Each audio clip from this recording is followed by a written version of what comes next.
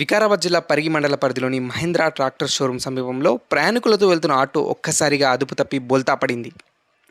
ఈ ప్రమాద సమయంలో ఆటోలో సుమారు 8 మంది ప్రయాణికులు ఉన్నారు.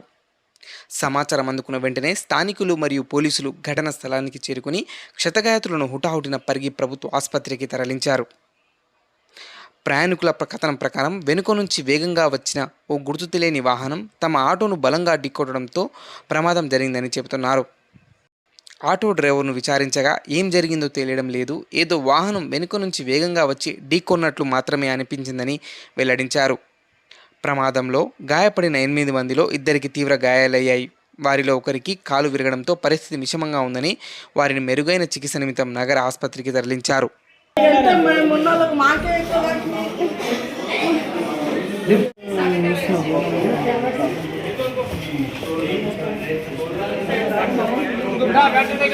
छोटी गाड़ी बेटा